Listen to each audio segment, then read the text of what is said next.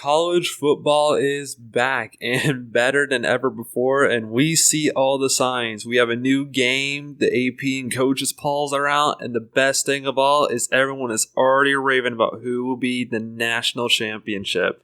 But what happens to the other teams that don't become that? See, in the college football playoffs, there's only 12 spots, and one of them is reserved for the best group of 5 or G5 team, and 68 teams fight for that spot. And that is what this season-long project is about. Welcome to Groupies, a little video series where I recap all of the shenanigans that happen in the G5 world of college football, because if you do not know what's happening with Middle Tennessee right now, I don't know what we're doing here. But my friend, how is this little video series exactly going to work? Well, I'll tell you. Basically, I will be recapping all of the things involving the 68 G5 teams that just had happened over the week. Not only will I be tackling the games and the results that happened during this period, I will be also talking about the implications that these have, whether it be a rivalry, a conference championship, or national playoff hopes. That's pretty much all there is to it, and yes, I will be giving some of my personal opinions on how I feel, because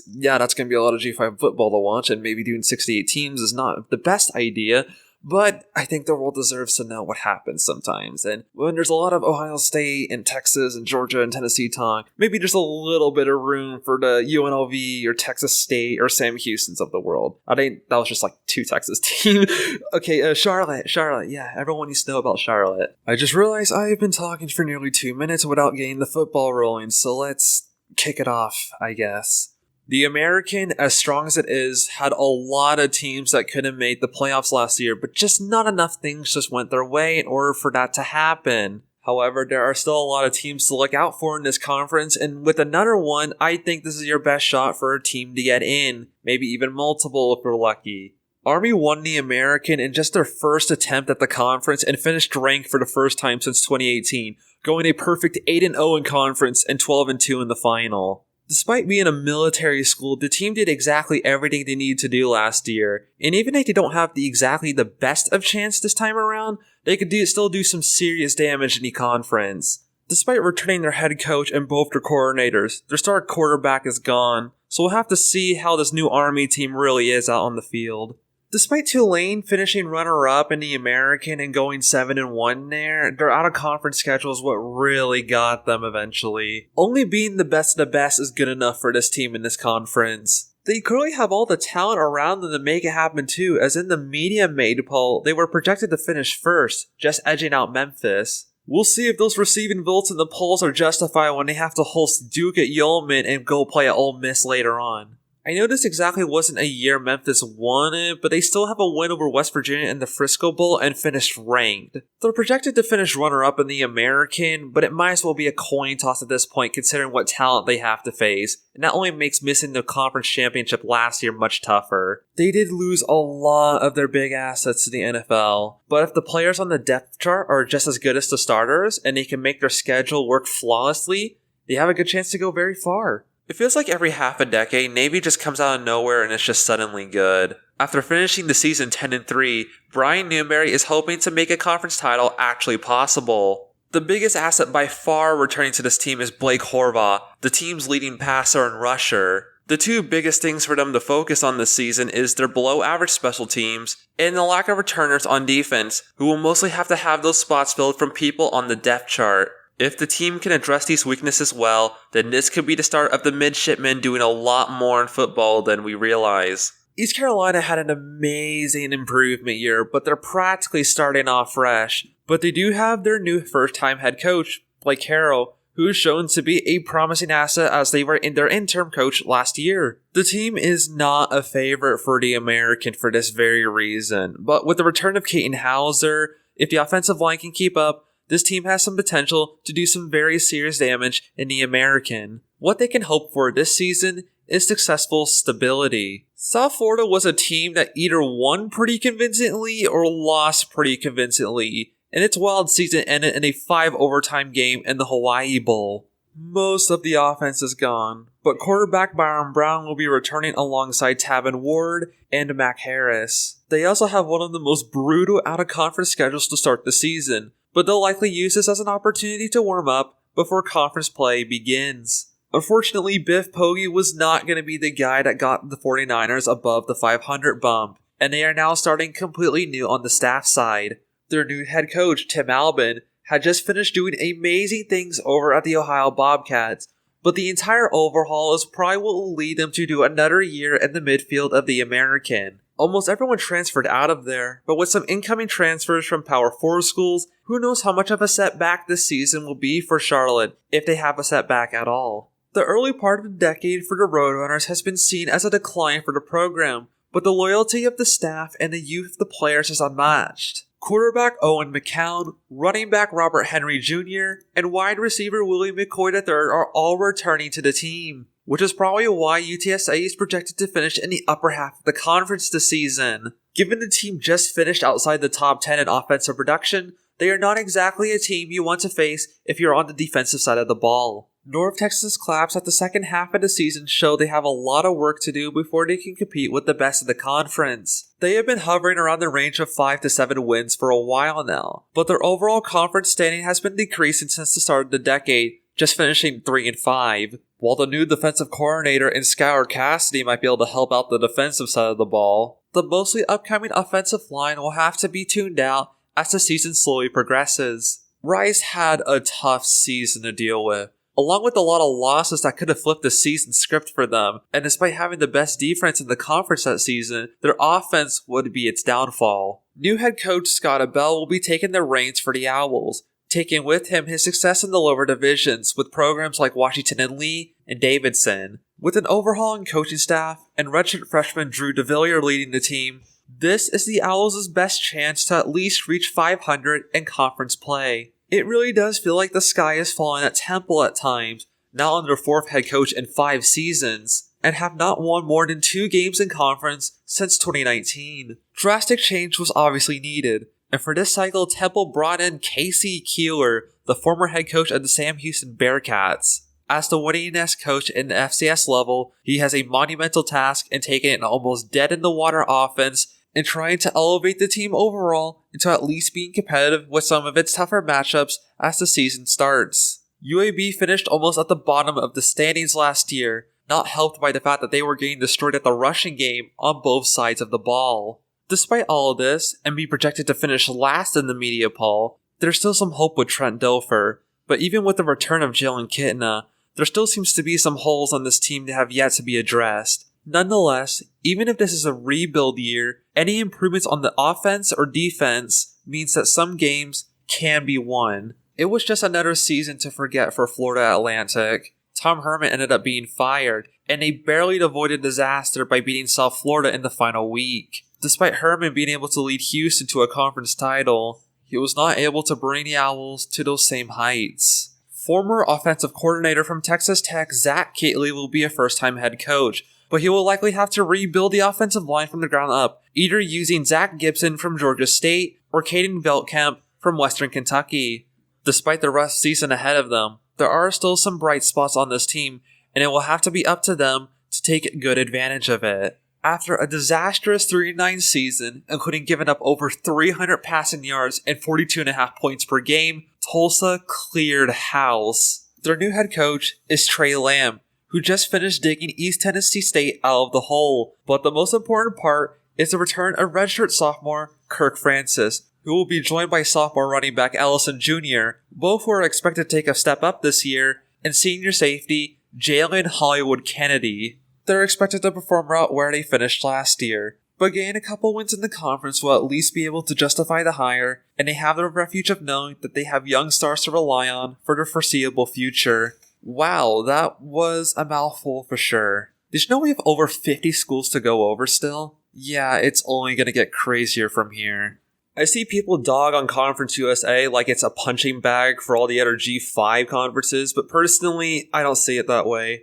They gave us the most overshadowed conference title race of the last year. These weren't bottom of the barrel teams either. The top contenders in this conference weren't entirely eliminated until week 10 or 11 of the season, so them making a playoff bid isn't entirely out of the realm of possibility. There's also some new faces in this conference, and they will be helping shape what will undoubtedly be another very close race to a conference championship. Jacksonville State is the defending champion, winning the conference in just their second year at the FBS level. Unfortunately, all that recent success meant that most of their people transferred out, along with Rich Rodriguez, who went back to West Virginia. They now have Charles Kelly at the helm, former co-defensive coordinator at Auburn, together with Clint Trickett and Brian Williams, both starting their first seasons here. As for the starters, their offensive line will likely be led by Kentucky transfer Gavin Wimsatt.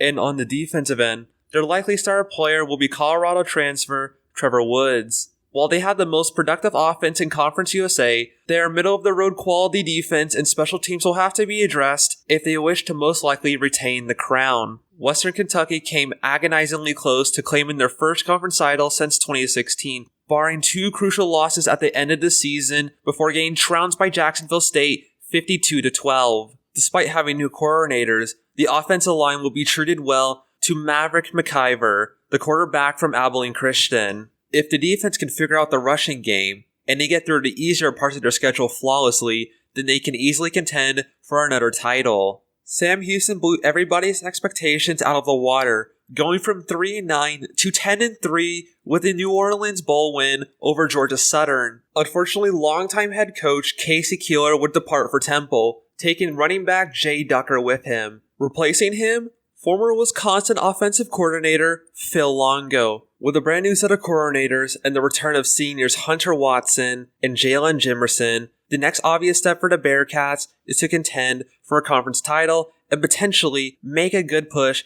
for a playoff bid. Speaking of playoff bids, Liberty, a team that would have made the 12-team playoff in 2023, is out for revenge after a collapse in conference play last season, giving up wins to first-timer Kennesaw State and the eventual conference champion Jacksonville State. While they are the favorites to win the conference this year, they're going to have to make do without Caden Salter, their quarterback who left for Colorado. With Coastal Carolina transfer Ethan Vasco replacing him, receiving votes in the AP poll, and having the easiest schedule in the FBS, their mentality shows that the bare minimum for this team is a perfect regular season and a reclaim of the Conference USA Championship. Despite performing above expectations in conference play, the Louisiana Tech Bulldogs still finished the season 5-8, yet the only position that changed hands was the defensive coordinator. Most of their best assets came back for another season, but they struggled to pick up people in the transfer portal, and the best that they can do in this conference is projected to be in the middle of the field. They haven't had a winning season since 2019, but with the talent they do have, they still have a big impact in how the conference title race will go, and at best can play the role of spoiler. UTEP's 0-6 start, including a loss to Southern Utah, meant that their only real highlight of the season was winning the Battle of I-10 against New Mexico State. There's still some hope for Scotty Walden, however, as he will play a key role in helping the Miners transition from Conference USA to the Mountain West Conference next year. Despite the quality of play last year not being up to their standards, quarterback Skylar Locklear and wide receiver Kenny Oldham will be returning to the team, alongside Charlotte transfer running back Hassan Wilson. While this potentially could be another season to forget for UTEP, any improvements on either side of the ball would mean that a 500 season would still be in the cards. After 3 seasons of FIU going 4-8, Mike is gone, and in comes Willie Simmons with head coaching experience at Prairie View A&M and Florida A&M, the latter winning a Black College National Championship with. While they performed around average when it came to CUSA expectations, their biggest problem had always been out of conference. And as for their offense, the line ended up taking a step back. The people they got from the transfer portal should fix this, however, and as the season progresses, if everything goes well, FIU could come out as a surprise contender for the title. New Mexico State's first year without Jerry Kill was a nightmare to say the least, finishing tied at the bottom of the conference and massively performing under expectations. Defense was their biggest weakness last year, but luckily they kept Tyler Martinez around, and on the offensive side, kept Parker Awad and TJ Pride. They're ranked almost dead last in ESPN's FPI. But if that win over Louisiana Tech and a close loss to Liberty says anything about this team, is that they are still not a team that should be overlooked if you're facing them in conference play. Middle Tennessee's only FBS wins came from within the conference, and their performance on defense wasn't exactly convincing either. While they did retain their quarterback and they brought in a couple transfers from Power 4 schools, the big thing about this team is while they are fresh, they also lack experience. This season is really one where all the players and the coaching staff are going to be tested to their limit. Regardless of what record they finished with this season, the more successful players are able to work in this environment, the more likely they'll be able to set themselves up for success against their conference opponents, at least starting from next season. Finally, Kennesaw State's 2-10 season as their first season as an FBS program shows that not all teams can hit the ground running like we've seen in James Madison and Jacksonville State. In a very shocking surprise to most people, Brian Bohannon, the head coach that has been with the team since its inception, was fired, currently being the assistant head coach at Georgia Tech. Despite everything that happened, they did return some key players. Their offensive production ranked dead last in FBS, so some new coordinators. The starters are still fairly experienced, and if that win over undefeated Liberty has anything to say about how the year will go, they're still trying to get adjusted now a lot more now that a huge curveball was thrown at them, but really, anything is possible in the Conference USA. Don't think I forgot about you two. Welcome Delaware and Missouri State to the FBS level, and as your first season in Conference USA, I think some people deserve to know who you are. Delaware is really the team that people are going to be looking out for in this conference. Even in recent memory, the Fighting Blue Hens has finished multiple seasons ranked and had much playoff success. They will be led by Ryan Carty in his 4th season. Senior Zach Marker will lead the offense, and as for the defensive pieces, they have linebacker Gavin Mull and safety Kelvin KT Say. Overall, they will be the first team from Delaware to play at the FBS level.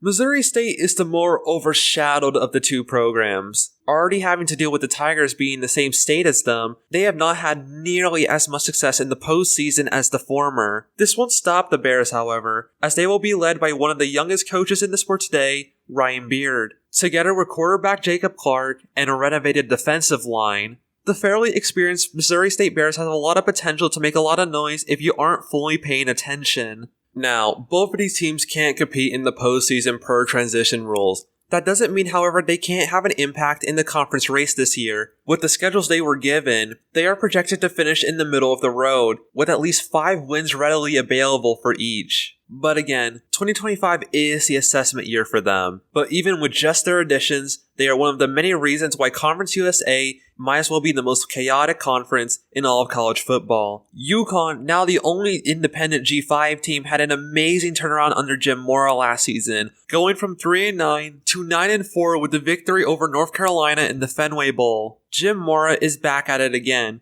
but he'll have to work out the defensive line as that took the biggest hit in the offseason. 7th-year Joe Fagnano is expected to lead the team, but they also have junior cornerback Nick Evers at the helm if necessary. While they may not be playing Ohio State this year, taking one look at the schedule expresses both the challenges and opportunities the Huskies have to equal or go even above the results of last season. The Mid-American, or the MAC, is college football's premier small conference, but even they have not been safe from the chaos of realignment in the past couple of years. One member joins them for this year, and one is leaving for the next. What hasn't changed is the amount of competitive teams that can give everyone else in the country a run for their money. Ohio, with what they have done as a program in the last couple of years, they might as well be trying to look themselves as a powerhouse. Unfortunately, the main coach, the one that took them to their first conference title since 1968, Tim Albin, ended up leaving for Charlotte near the end of the season. The Bobcats are looking to defend their title, however.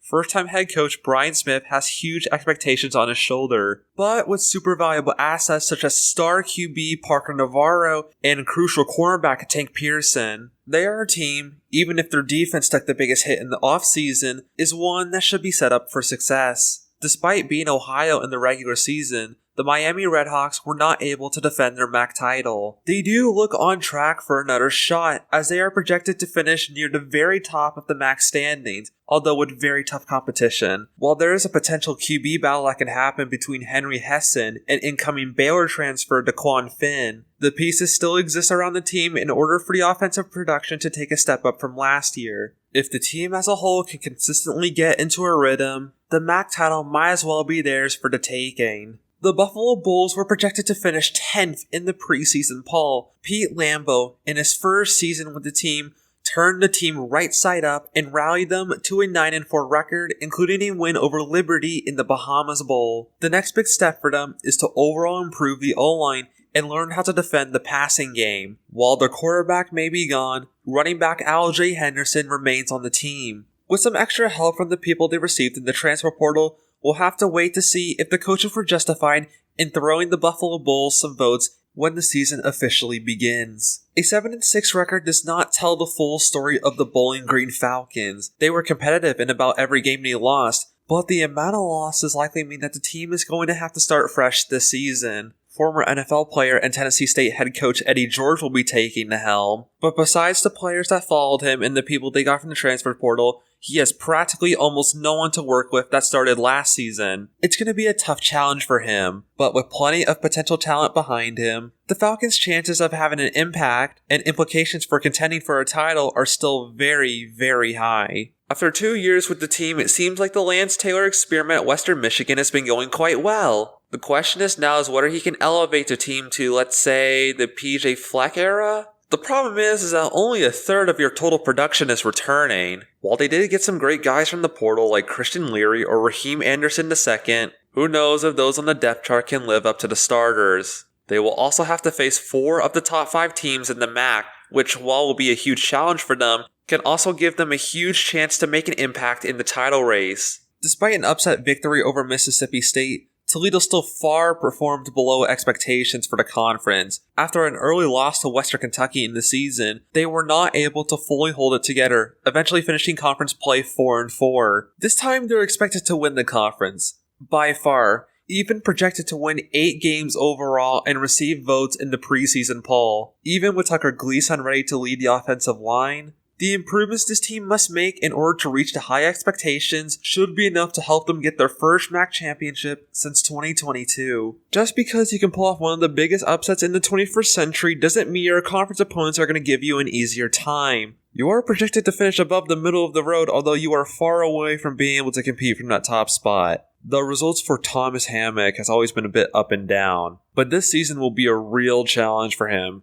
with one of the only key pieces returning being sophomore running back Telly Johnson Jr. Even if the offense might take a step back this year, if the people they got defensively work out, they might be able to deliver some surprising results in their final hurrah before they leave for the Mountain West. While Akron surpassed preseason expectations last year, it took until near the very end of the season for them to officially get going. Jim Moorhead is coming back for his 4th season, with key returners being quarterback Ben Finley and cornerback Justin Anderson. While the recruiting cycle might have been underwhelming for this team, their biggest blow wouldn't come until May of 2025. A postseason bowl ban for insufficient APR. One more year of that, and potentially Akron's entire athletic program could be not considered Division 1?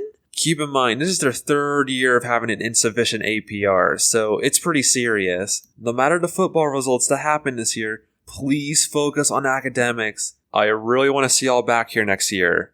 Thanks. While Eastern Michigan was projected to finish 6th, they ended up finishing tied for 9th, albeit with a 5-7 record. While they did struggle with special teams, they just simply lost too many games they likely shouldn't have, and that's the difference between 5-7 and maybe 7-5.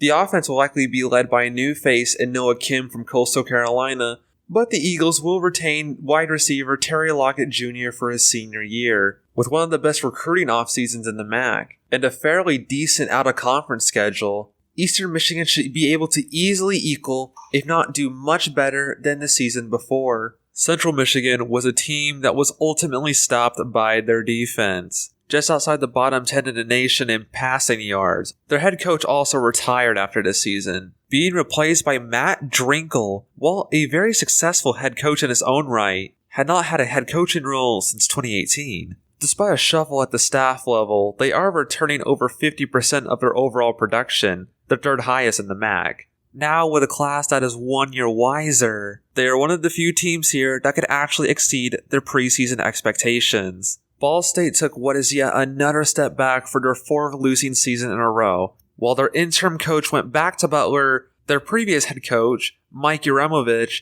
is coming in to take over. With the new head coach, apparently comes a new team, as they rank near the bottom of the nation in returning production, only being out 2 unmentioned MAC teams. But with the nice piece of linebacker Joey Stemler coming back, and some alright transfers following the head coach, the first and possibly best thing for Ball State to do is to not keep going backwards. Welcome back to the MAC, UMass. It's been quite a while, hasn't it? Although you haven't beaten an FBS opponent since October of 2023, things might actually be looking up for the Minutemen. They are projected to win a fair amount of games, including a couple in conference, And former Rutgers defensive coordinator Joe Harris-Simic is going to try to equal that and beyond. With retaining wide receiver T.Y. Harding and getting quarterback transfers from both Utah and Yale, these assets could help UMass get over the hump of what they exactly couldn't do last season: win close games. Kent State, I know this season was bad, and I know statistically it doesn't look good here either, but there are some things that can swing your way. The first thing is that a significant amount of your starters are returning, good enough for 7 in the MAC. Second, you pulled some pretty significant people from the transfer portal on the defensive end. And third, one of those transfers is CJ Montez, a guy who balled out of Fordham in 2023. Whether Mark Carney is the answer is anyone's guess, considering what he has done as the OC, but up is the only direction Kent State can go from here, and this is one of their best opportunities in a while to reclaim the wagon wheel. The Mountain West is expected to be as hyper-competitive as ever. With some of its top teams leaving for the Pac-12 after this year, it's really this conference's year to shine. Considering the 1G5 team that made the playoffs last year is also from here, there's a big thirst for blood when it comes to claiming the conference title from here. Boise State is what I would like to call the Groupies champion of 2024. A top 10 team with the Mountain West title before ultimately falling to Penn State in the CFP quarterfinals, finishing 12-2. Starting as the only G5 team ranked in the top 25, they don't seem to be slowing down anytime soon. Besides Ashton Jancy and Cam Camper, their most significant players are back. Spencer Danielson and his coordinators look like the future for this program. If it had to give one criticism, it would be to defend the pass better, and you might as well waltz on in right into playoff contention. UNLV was so close to making it happen. It was either going to be them or Boise State. Unfortunately, Barry Odom left for Purdue, but here comes former head coach of Mississippi State and Florida, Dan Mullen. This guy knows how to win, but besides their best running back coming back, he's going to have to coach both upcoming players on the depth chart and significant players from the transfer portal. If the potential can be extracted and the passing game gets significant improvement, then UNLV can challenge once again for a Mountain West title. Colorado State surpassed expectations last year, but their out-of-conference performance left some improvement to be made. Just going by points in the preseason media poll, they could be closer to the title than they think. This is thanks to returning QB Braden Fowler-Nicolosi and some great pieces that were transferred from the FCS level. While ESPN has them projected to win 6 games, they are not a team that is bound to lose momentum. When opportunities arise, this is a team that can do it against the best of competition. Matt Entz will be the new head coach of the Fresno State Bulldogs, with prior head coaching experience leading North Dakota State to 2 national titles and an additional national championship game appearance. From the transfer portal, they got E.J. Warner, quarterback from Rice, which should certainly be able to help out the offense. Despite big shuffles for the Bulldogs in the offseason, there is potential to be more in contention than out. We'll only really be able to tell once they're deep into their out-of-conference schedule. San Jose State, for an up-and-down season it was for them last year, is surprisingly the last of the Mountain West teams to have a winning record. There's definitely some games last year they shouldn't have lost, and that's why they're taking their projected 3rd spot pretty seriously. They have yet to break the 8-win barrier this decade, but retaining their staff and a significant amount of players, they could easily take the conference title under everyone's noses. And since they don't play any of the top contenders in the Mountain West, them making the conference championship game is easily in the cards. Despite finishing tied 5th in the conference standings, they still underperformed. A 1-7 start, including being 0-4 in conference play. Something needs to change here, and that should start with their offense. Running back Dylan Carson and wide receiver Cade Harris are coming back, but offseason recruiting in the transfer portal isn't exactly the biggest thing when it comes to the military schools. But under Troy Calhoun, they're expected to bounce back. Even if the expectation is a little lower here, still expect high quality play when it comes conference time. Hawaii actually didn't have that bad of a season if you think about it. Albeit it could have been much better if a couple close games went their way. What didn't help was their below average offense, but luckily for them, they're returning some pretty key players. It also helped that they got some good upgrades from the transfer portal defensively. The wide receivers, specifically Ashlock, should be expected to take a step up this year, but they're going to be paired with their freshman quarterback, so it may take a little bit for results to come in. Either way, this is a pretty solid team overall, so don't be surprised when they suddenly play spoiler halfway through the season. The 2020s for the New Mexico program has been a struggle to say the least, and they are now on their third head coach, Jason Ett. He did some fantastic things with the Idaho Vandals, but the biggest concern coming into this is whether he can win big games or not. Despite their offense being able to lead them to a 5-7 record, their defense is what slowed them down, being the worst in the conference last year. Luckily, some of those holes will be patched up with what they got in the transfer portal. You even scored Keegan Johnson from Kansas State while you were at it too. Even if they're projected to finish near the bottom of the league, they can still win some big games here and there. See Washington State from last year. Well, the previous New Mexico coach is now a Utah State Aggie. While the program was busy cleaning house, most of the players left too, with not even 20% of the offensive side returning for another season. This will obviously devastate the offensive production. How much this will be addressed will depend on whether Bryson Barnes, the starting QB, is the answer for this team, or perhaps someone else. There's a lot of challenges up ahead, but the biggest thing for them to focus on is to stop the season-by-season regression and at least try to be competitive in the midfield. Interestingly enough, San Diego State and the previous program have been on similar trends at this part of the decade. After finishing with their worst record since 2008, it's going to be up to second-year head coach Sean Lewis to extract some potential. Despite returning 70% of their defensive players, the biggest piece to return on the offensive end was the wide receiver Jordan Napier. As for the transfer portal, they pulled QB1, Michigan transfer Jaden Denegal. While this could be classified as a rebuild year, they should be expected to keep conference opponents on their toes and bounce back in a big way. For most of the season, Wyoming was probably the quietest team in the Mountain West, not helped by the lack of wins in close games. In the offseason, it was actually the opposite problem from San Diego State. Here, returning 80% of their offensive production. Evan Sloboda is going to be an interesting character to watch through this season.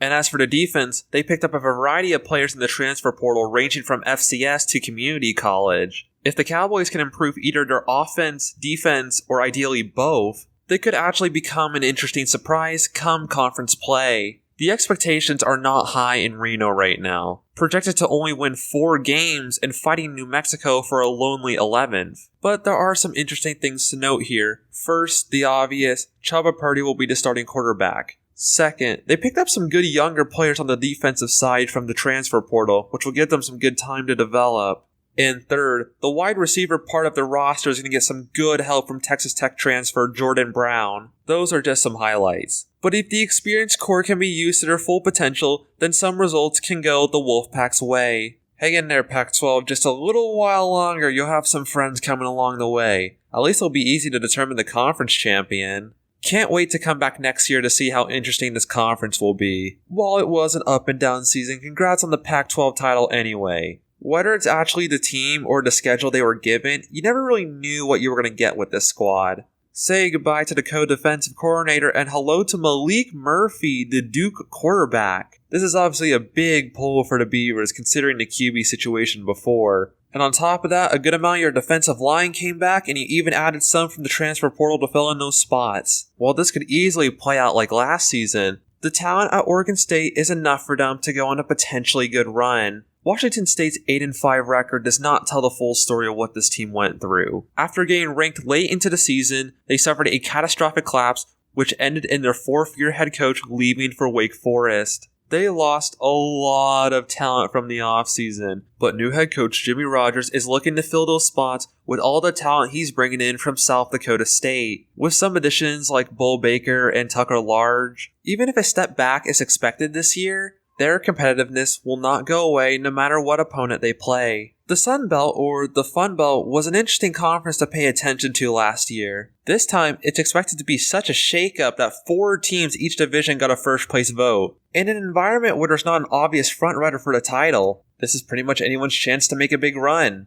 Marshall is the defending champion here. They had a fantastic season and won their first conference championship since 2014. If there's also a team that's rebuilding like rebuilding has ever seen, it's this team as well. With their head coach and nearly 24 players leaving for Southern Miss, the exodus meant that players all across the country were coming to transfer here, including multiple 3-stars and transfers from Power 4 teams. If first-time college head coach Tony Gibson can develop all those players along with the Marshall backups, then there's still a good chance this team could be competitive in the East, regardless of record. Louisiana went to the championship for the first time since 2021, and they're looking to run it back again by being projected to win the West. As for the returning players, some assets include running back Bill Davis and safety Tyree Skipper. But for the quarterback, they're going to have to rely on Ole Miss transfer Walker Howard to lead the offense. Inexperience could be a problem, but fourth-year head coach Michael Desormeaux could either let them take a risk or get them into shape. As a Sunbelt team projected to win 7 games this season,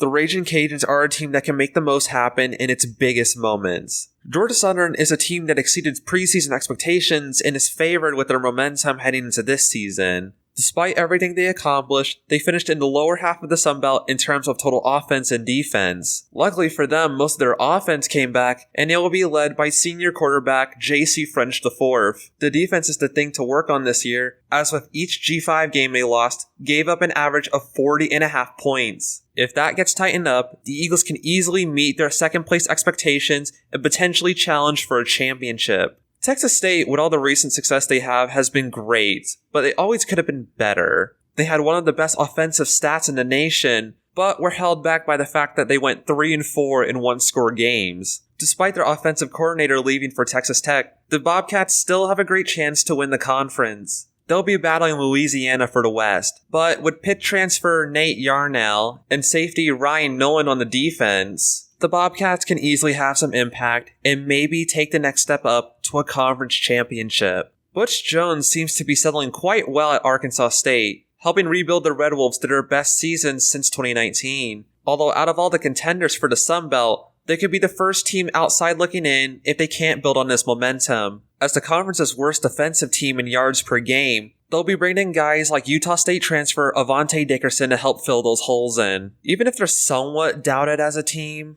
they retain a good amount of their experienced offensive talent, which could be enough to set them up for their best season since the early 2010s. South Alabama is a team that's been in the midfield for the past 2 seasons, looking for a way to be back as the top team in the West. As one of the conference's most productive teams, preseason All-Sun Belt first team, Kentrell Bullock is expected to keep that trend going. On the defense, its undergraduate players will team up with Sunbelt preseason Defensive Player of the Year, Blaine Myrick. Even as an outside contender, if their defense can improve, they should be able to record some easy wins and give a challenge to higher tier opponents. The fact last season could be seen as underwhelming for James Madison just shows how good the Dukes have been in their short time here. They were by far the best defensive team in the conference. They returned some significant people, along with getting upgrades like Coleman Yao from Shepherd or Sluka from UNLV. James Madison is expected to win the Sun Belt by far this year, and those expectations must be met.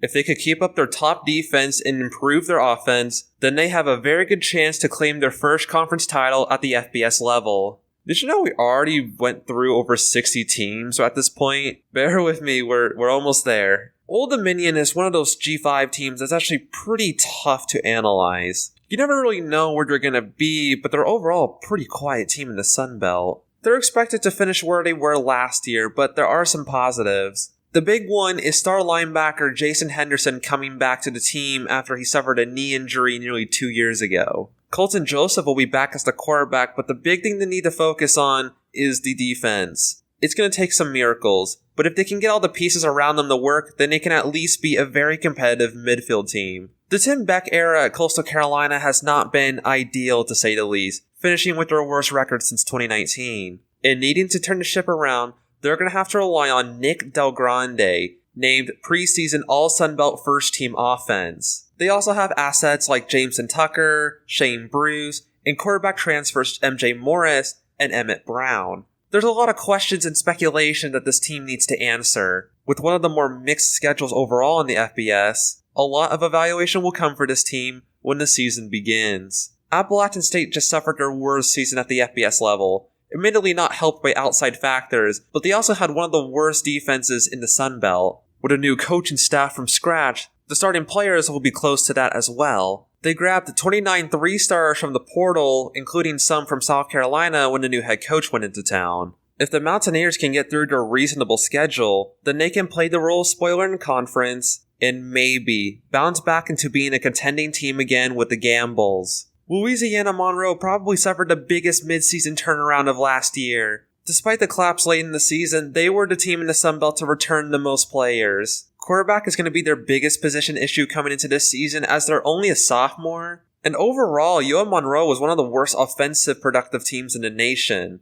Projected to be at the bottom of the Sun Belt with one of its hardest schedules, it looked like it might be another season without any bowling. At least on the offensive end, they're a pretty young team, so as they get more playing time and experience this season, they could actually deliver some surprising results here and there. Troy is in the midst of a rebuild right now. Their average defense combined with a below average offense meant that they were putting up 26 points a game, but giving up 28. And in games they lost, it was often by far more. This is going to be a real testing season for Gerard Parker, but he will have a lot of developed talent around him to work. Its best defensive starters came back, and its upcoming O-line will be assisted with the additions of Ra Thomas and Trey Cooley. If all the pieces work out, Troy could be in position to have a solid midfield season and give a challenge to the higher tier opponents in the conference. Georgia State, a team with a lot of volatility, has not been meeting their preseason expectations. Between the wins of Vanderbilt and Texas State, they lost 4 one-score games in that time frame. One of the biggest changes to help overall production was promoting former Cleveland and Grambling State head coach Hugh Jackson to a coordinator role. They were also the best Sun Belt team in the offseason, recruiting 53 3-stars and getting transfers such as Rashad Amos and Tyler Scott. Because of that, there's actually some good hype around the Panthers,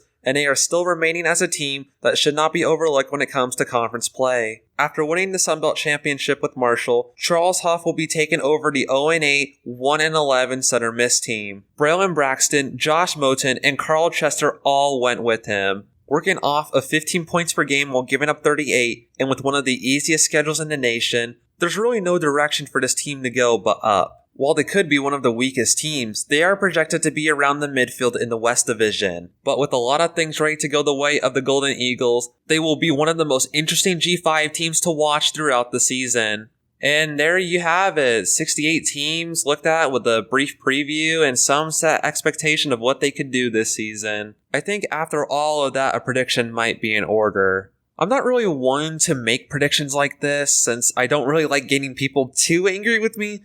But if I had to pick just one team for that coveted playoff spot, I would take Memphis. I do believe the G5 race will be close this year with teams like UNLV, Tulane, and Boise State, and some outsiders like Liberty, Toledo, maybe even Sam Houston. But in terms of the top teams that might make the least amount of mistakes, it's going to be the Tigers. Yes, they don't have the hardest schedule ever, and a lot of their best people did not come back, but the Tigers have always been a very solid team, and it's hard to win the AAC anyway. Look at Army, Navy, or Tulane last year, and for this year, even South Florida has gained some hype. Memphis placed 3 of those 4 this year. And as a lot of the starters this year are going to be experienced people from the transfer portal, the pieces around them do exist. So that's my justification. Do I think Memphis will make a deep playoff run if they make it? No. Will they make it at all? Maybe? Like I said at the beginning, I think it's going to be a lot more equal race this time as not everyone's on the same footing with the 12-team playoff and NIL deals and all that other stuff. It will be a hopefully very interesting race to say the least. But that is it. That is the end of the preseason preview of Groupies. I'm really excited about this new project and hopefully I'll be able to continue it throughout the season.